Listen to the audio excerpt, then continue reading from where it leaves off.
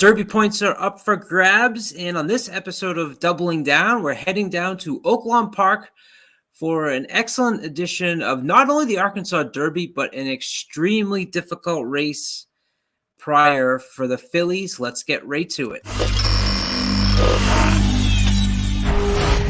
Trust the Profits is proud to be sponsored by Game of Silks. Go to silks.io to get in the game. Real ownership, real races, real rewards. Sure bet coffee.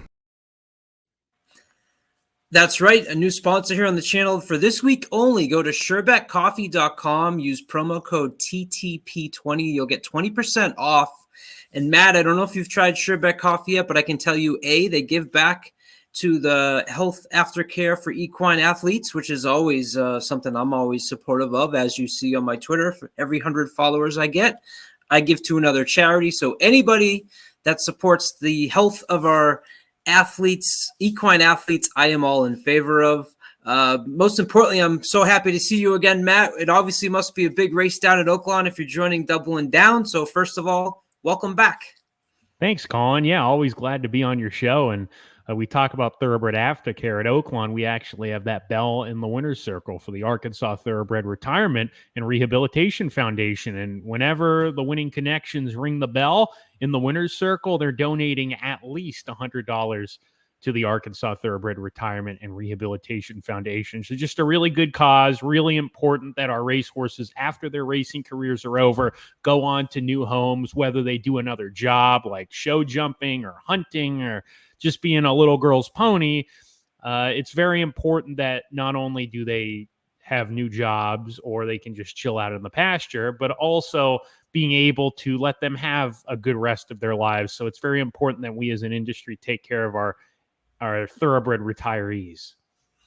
Absolutely. And I saw your video on your Twitter that you dropped explaining that. And that's something I didn't know. I've never been to Oaklawn, but you did such a great job. And anybody can go over and check Matt Dinnerman's handle out at 3 Colts Handicap. Is that what it is? That's it. Yep. The original.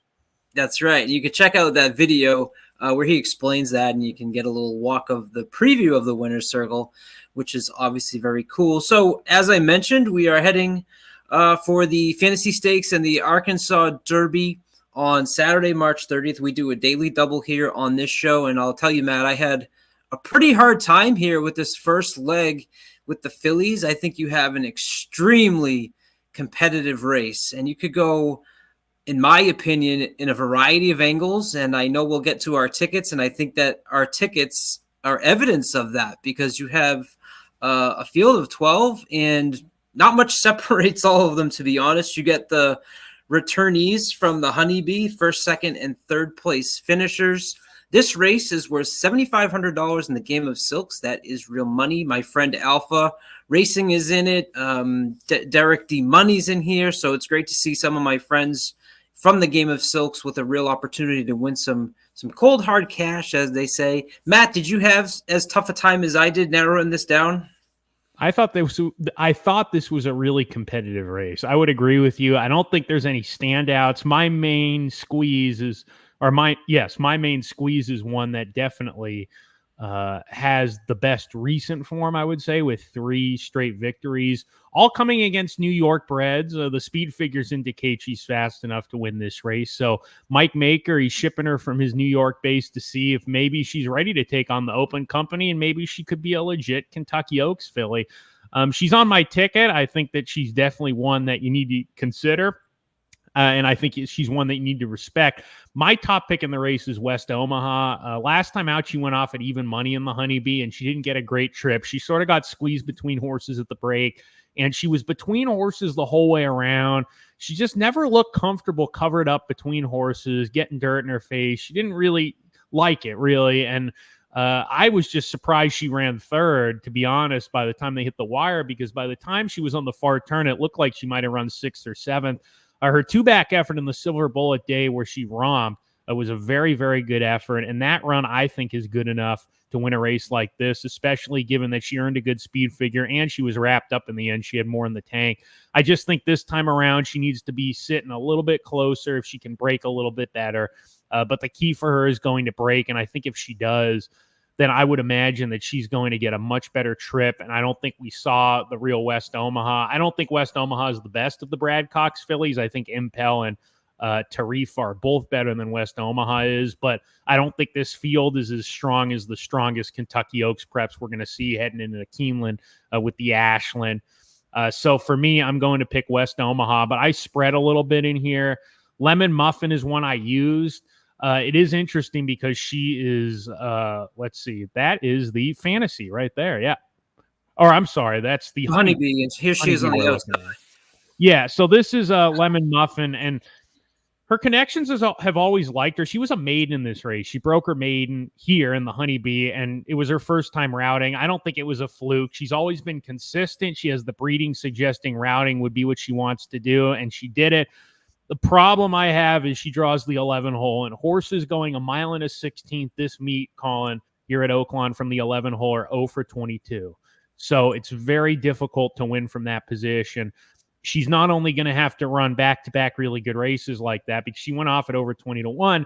She's going to have to show to us that she can overcome that poor post position and work out a trip here. But if she runs back to the Honeybee, then she is definitely one to be scared of for all of these runners in here, given their recent form. I used a few others, but those are a couple main contenders that we mentioned.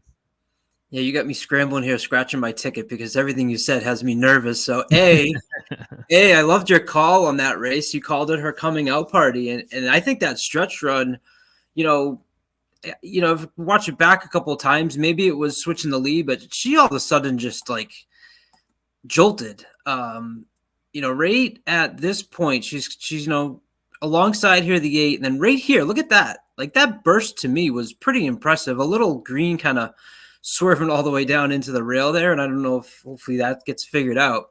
But that little burst of speed in the stretch there for me was enough that I absolutely wanted to have that horse on my ticket. And that was the first one I went to. I left West Omaha off, and I know it's going to cost me because she is the one that I was like, should I use? Should I not use? Should I use? Should I not use? And you putting her on top only makes me more worried about that, to be honest. I did end up using, I kind of went a little bit off the radar here, and I went with the number 5 as well. Where's My Ring? Part of my reasoning here was that this horse always outruns her odds. I mean, look at the odds that this horse has been going up against. 20-1 last time out at Santa Anita, finishing second. And then the other thing I added was look who the horse is finishing behind. Kinza, Just FYI, Jody's Pride, Dream Fry, a horse that we've talked about on this channel many times. These are very good fillies out on the West Coast. So I think that maybe Where's My Ring? The trainer scared me off a little bit. Shipping and graded stakes percentages aren't there, and a little concerns, but we don't have the morning line as we tape this.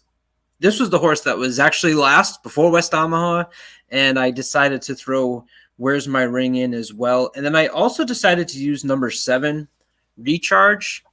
The damn remit.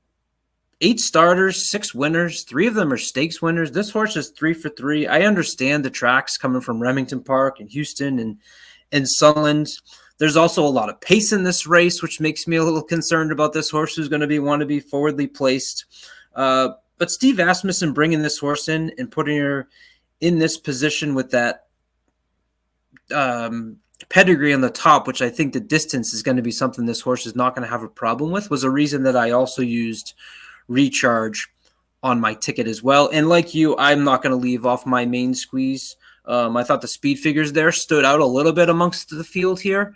And so my main squeeze was the one that I wanted to include. And when I looked at prime power, current class, and average class, and you can look at my main squeeze right across the top on all 3 of those from a Brisnet standpoint, that kind of assured my confidence in wanting to keep my main squeeze on my ticket as well. Yeah. The thing is, Where's My Ring? I'm not so sure she's running. I'm not sure yet because they may run her in the Santa Anita Oaks. They may also run her in the Gazelle. I have spoken to a source over on the West Coast that has indicated to me as of yesterday, she had not shipped here. Muth apparently, at the time of this recording, this is Wednesday night, Muth apparently is here and he actually jogged on the track today or galloped. He did some sort of exercise. So he's here. from the West Coast. I don't know if there's another plane coming. I think today would have been the last day for it to ship, and they were still sort of up in the air as of yesterday. So that's something to note with Where's My Ring. I do want to note too, Colin, that I used Recharge on my ticket as well. Her numbers don't really suggest that she's fast enough to win this race, but she's undefeated. She's got really nice pedigree for top human connections. So I figured, what the heck, I might as well stick her on the ticket. And I also stuck on the ticket All Things Go, number 4, a filly that first time out won for a trainer that doesn't always win first time out. And she showed speed, opened up on the competition around the far turn and won. Now, that race was a restricted maiden special weight for runners that have been purchased for only a certain price. So this is a big bump up in class. It's her first time routing, but she's by outwork out of a mare who's a Teofilo mare. So there's a lot of turf route pedigree. The siblings were turf routers. The dam was a turf router. So there is route pedigree here. And the fact that she ran so well on the dirt, being by outwork, I figured in a race where there are no standouts, might as well use her at what's going to be a very big price. So if Where's My Ring scratches, everyone can pay attention now. Put West Omaha on my ticket, okay? That'll be my swap. There you go. That's going to be your saver right there. That will absolutely be my saver, and we'll be okay with that. And I'll give you a little hint that on doubling down here, we have a very solid record of guests coming on and giving that exact same tip that you just did, which is trainers that don't always hit as well first time out, and they have a horse that hits first time out and does well and then comes back and runs well. And the last time that someone came back with information like that was Alfredo from Video Hippico, who last year said Mage ran, this was prior to the Fountain of Youth, and he said, I watched Gustavo Delgado, who doesn't hit very many times first time out, and this horse had an unbelievable first time performance. So keep your eye on Mage. So that's a pretty good record to follow up. So we'll see, maybe with All Things Go, Matt's given us the hint for your Oaks winner, not necessarily your fantasy stakes winner. How do you like that? Alfredo's always a tough act to follow, man. Every time I go on after him for something, he's always giving out some good info. That's it. Well, you did as well. You're giving us the inside scoop on what's happening down on the ground at Oaklawn and who's shipped and who hasn't. Speaking of Muth, we turn our eyes towards the Arkansas Derby, a race that Brad Cox won last year with Angel of Empire and 2 years ago with Cyberknife. All of these horses have been tested at a mile and a 16th. This Silk's purse is worth $16,000. So interesting enough, compared to the last race, we only have 3 owners here, with Alpha Racing with a great shot with Muth, Gibbs Racing with Libel Arts, who's a horse that I'm very intrigued by, and Just Steel for Final Stretch Farms. So obviously some opportunities there. Matt, who do we like for the big marquee race here on Saturday? Well, I'm trying to beat Muth in the daily double ticket here. Do I think he'll run well? Yeah, I think he will run well, but we're looking for winners, and I'm going to try to beat him as a winner. Figuring he's going to get bet. He's a Bob Baffert trained horse, purchased for $2 million as a 2-year-old. So there's always been expectations. He's a good horse. He ran second in the Breeders' Cup Juvenile. He sort of had they haven't gone, let's just say this, they haven't gone to their full plan A necessarily. They've had to call some audibles with him. Ran in the San Vicente going 7 furlongs. He was going to run in the Rebel here at Oaklawn a month ago, but Bob Baffert was not happy with the workout leading up to the Rebel. So he withdrew him from consideration, kept training him, and now he's back here scheduled to go in the Arkansas Derby. I think he's a good horse. I think, could he win? Absolutely. But he's also going to be the favorite, I would imagine. And his numbers aren't necessarily that much stronger than Timberlake's or Mystic Dan, especially Mystic Dan, who got a big number over the slop last time out. So I'm going to use Timberlake and Mystic Dan. I don't think this is a race where we're going to find a price winner. I think one of the heavy 3 is going to win. It's just a matter of which one. But I figure if Moose the favorite, and I think that he's beatable for betting purposes, try to beat him. And I like Mystic Dan in the race. I don't think his last race in the Southwest was necessarily a fluke, even though he ran over a sloppy surface and won by 8, and he got a good trip. He rode the rail on a track that was really playing towards inside horses down the lane. But people think he may be a mutter. I'm not 100% convinced that he's just a mutter, because you have to remember when he broke his maiden, he got a 96 buyer over a fast track sprinting at Churchill Downs. So that tells me he's got quality, he's got speed, he's really a legit horse. And I'm hoping that he can run back to that or something close to it that we saw in the Southwest, because I love the way he stalked the pace that day. When he was younger, he was a little more speedy. And now he's learned to relax and kick on. I thought that was a very nice effort. And the fact that he broke his maiden on a fast track with a big number has me thinking that he is not just a mutter. I think he's a very nice horse. And I'm also using Timberlake, who only had 5 workouts leading up to the Rebel or AC1. And even though Brad Cox is good off of layoffs, just with 5 workouts in tow leading up to that race, I wouldn't say that they would have a horse like him 100% absolutely cranked to run his very, very best. They had him good enough to win, and he had the quality to do it. I know it was a big money race, $1.25 million, but nonetheless, you want him peaking Arkansas Derby, Kentucky Derby into the summer. You don't want him peaking on Rebel Day. So I thought that last race was really encouraging. I actually think there's room for him to grow and run a little bit faster this time. So for me, Timberlake and Mystic Dan are the ones that I'm going to try to beat Muth in this spot. Yeah, I'm going to do the opposite.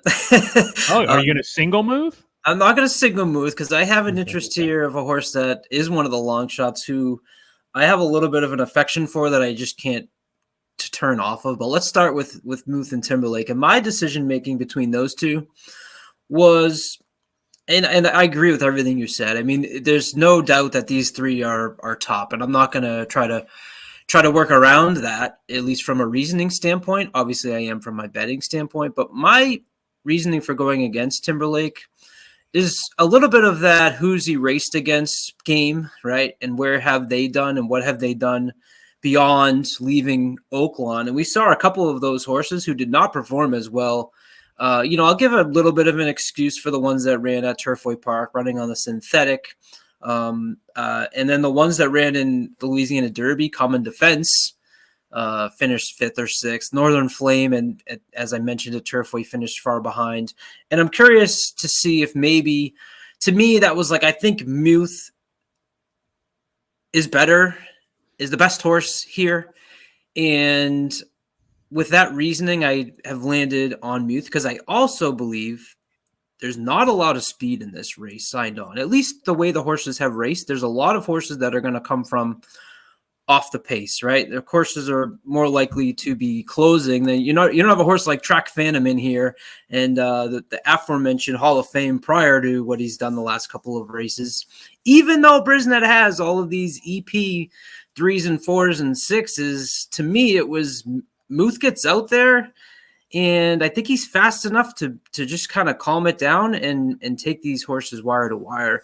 The layoff of 84 days, you made a great point of what happened with shipping him out for the Rebel. I think he's better than everybody here, and I'm gonna ride with Muth. And I mentioned liberal arts. This is a horse I don't have a ton of reasoning why. I like liberal arts. He has a little bit of that 3-1, 3-1 pattern in his past performances.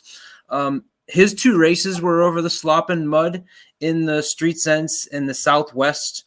Had some success at Churchill Downs, which obviously isn't going to have an effect this week, but maybe he gets the points, and that's something that you'll want to hone in on, is horses that have had success over the Churchill Downs dirt when we get to Kentucky Derby Day, aka don't forget that's where Rich Strike had his maiden win, right? Was over that Churchill Downs dirt. It was one angle maybe you could have found to get to Rich Strike. Sired by Arrogate, to me, distance won't be a problem. Has a victory at 1.16 as I mentioned. So I'm using liberal arts there as a little bit of a price play, who finished 3rd behind who you like, Mystic Dan. So, that's a little bit of a reach, and I don't have a ton of reasoning other than this is a horse. You know what my reasoning is? I'll give you the reasoning was I hit West Saratoga last fall in the race that he had for Larry Demerit.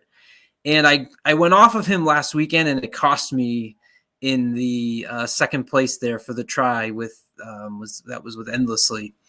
And West Saratoga was one. I have these crushes on these horses in the fall, and then I get off of them, and West Saratoga immediately killed me last weekend. So Liberal Arts, you're on the ticket, and that's maybe just a little bit of a personal play. If you want to just go with Muth, I don't think on a ticket like this you can use Muth in Timberlake and Mystic Dan. You gotta make your decision and take a stand, right?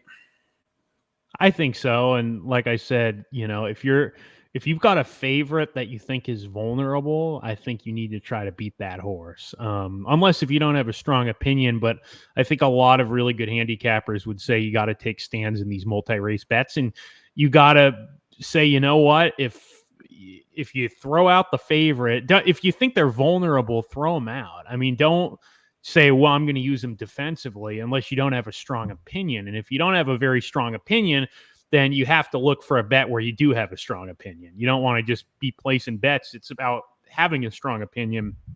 So for me, do I think Muth can win, for example? Of course I do. I think he could very well win. But for the purposes of betting and wagering, and again, it's called gambling, you take the gamble if you think that he's vulnerable, that he loses or he runs second or third. And I always say, if you think a horse is beatable, just remember all they got to do is lose by a nose and you're through to the next round.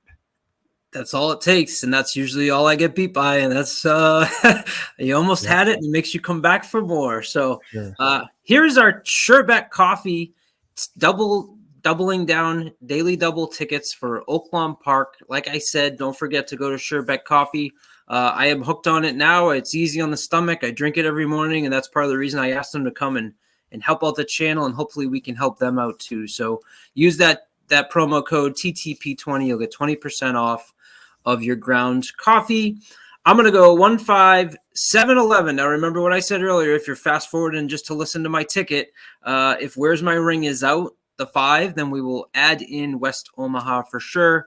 Double check the probables, because I don't want you to pay more on your ticket than what it's going to come out. If it comes West Omaha Muth, you may want to make that ticket a little bit heavier, right? I just do this as a $1 base, but you want to look at the probables. And if that's only paying, I don't know, $3-4, then put $5 on that one particular combination. Matt's going to go 1-4-7-8-11 with Timberlake and Mystic Dan, the 2 and the 9. That ticket will cost you $10, $18 spend if you use both of our tickets. Matt, what else? Anything else big happening other than what we've talked about here on Saturday? You're expecting a big crowd, I assume. Yeah, a very big crowd. I mean, keep this in mind. There's about 38,000 people population-wise in the city of Hot Springs, Arkansas, and we're expecting 60 to 65,000 people on track. I actually walked around the infield today. The Fox tent, the Naira tent, we're getting set up. We're going to have some talent here. And then on the other side of the tote board, FanDuel TV was getting set up. There are just a bunch of tents all down the stretch, sort of like the Kentucky Derby infield. The tents have been purchased. They're going to have big parties.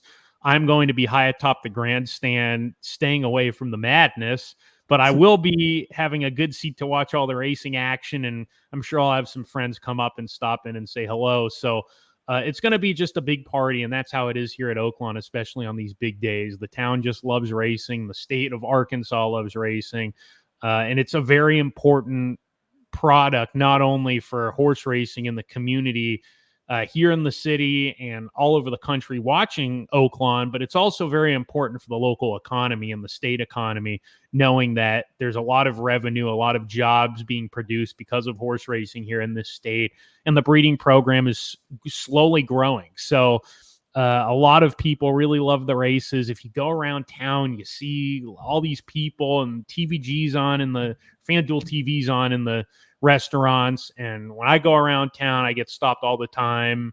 People asking who I like, what I thought of a horse, asking questions and taking selfies and having fun. So it's a really cool place to be, and it's going to be a big party on Saturday. And we absolutely enjoy from afar listening to you do an excellent job on the call. And I have to ask you, going into this Saturday, do you change your approach at all, or you just do what you do every day and it's just another day to you? Obviously, I'm assuming also as the race gets closer, you're getting a little bit adrenaline rush? Are your heart beating a little bit faster? Like, what's it like to put us in your shoes for a couple minutes of what it's like coming up to Saturday? For me, everybody's different. For me, it's always the night before that you're sitting at home and it's quiet and you're thinking about things. You're thinking about the race and what could happen. You're thinking about what the day is going to be like, a long day. So for me, it's always the night before is probably the worst for me. And then once I wake up in the morning, I'm ready. I'm ready to go. And once race day rolls around, there's so much going on that you're just taking it race by race. And it's a long day. I mean, our first race is at around noon Central Time, and the last race is at almost 7:30. So it's a long day. I have to pace myself personally. I've done all this handicapping so that by the time race day rolls around, all I have to worry about is calling and, enjoying the day, watching these races. Usually when they're in the post parade warming up, for me, my heart's beating pretty fast and I get butterflies. I've talked to all these different announcers that have told me all these different things that happen when they're getting nervous, and everybody's different. I know one announcer that feels sort of nauseous. I know another one that sort of sweats and gets nervous.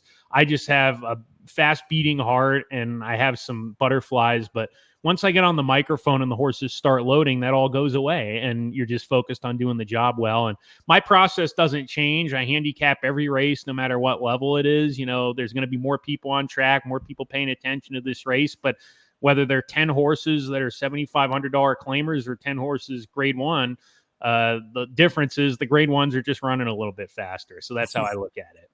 Well, that's awesome. I've worked in TV for 18 years. And so I think back on those days when you get your first shot working on a board, or you're the person in the seat and you absolutely have that feeling, and then you've done your training. So once the game starts, you just do what you do, and you kind of get into that mode and you feel comfortable. But I absolutely know that feeling leading up to the countdown, as I like to say, going live. So we absolutely enjoy it. I love the feedback that you get. It's all so positive and you do such an excellent job. I'm so happy to be listening to you on Saturday for the Arkansas Derby. For everyone else, good luck. Please drop in the comments who you like for Oaklawn on Saturday. Please like and subscribe. This is Doubling Down. I'm Colin. He's Matt Dinnerman. Until next time, good luck, everybody.